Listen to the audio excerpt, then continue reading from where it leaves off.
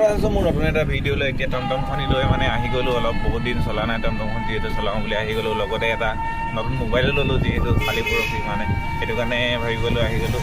ত' টমটমখন এতিয়া ব্লগ কৰি আছোঁ মই বিজয় অসমৰ বিজয় নতুন এটা ভিডিঅ' লৈ আহিলোঁ এটা মিনি ব্লগ জানেই মই টমটম চলাওঁ যিহেতু এজন টমটম চালক হৈ আছোঁ বৰ্তমান এতিয়া মানে কি আৰু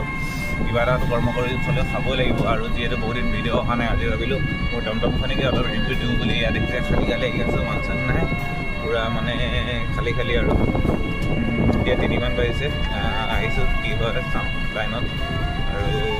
ধুনীয়াকৈ আহি আছোঁ আৰু ৰাস্তাত মানুহ বহি আছে কিন্তু মোৰ টমটমত এটাও মানুহ নাই আৰু টমটম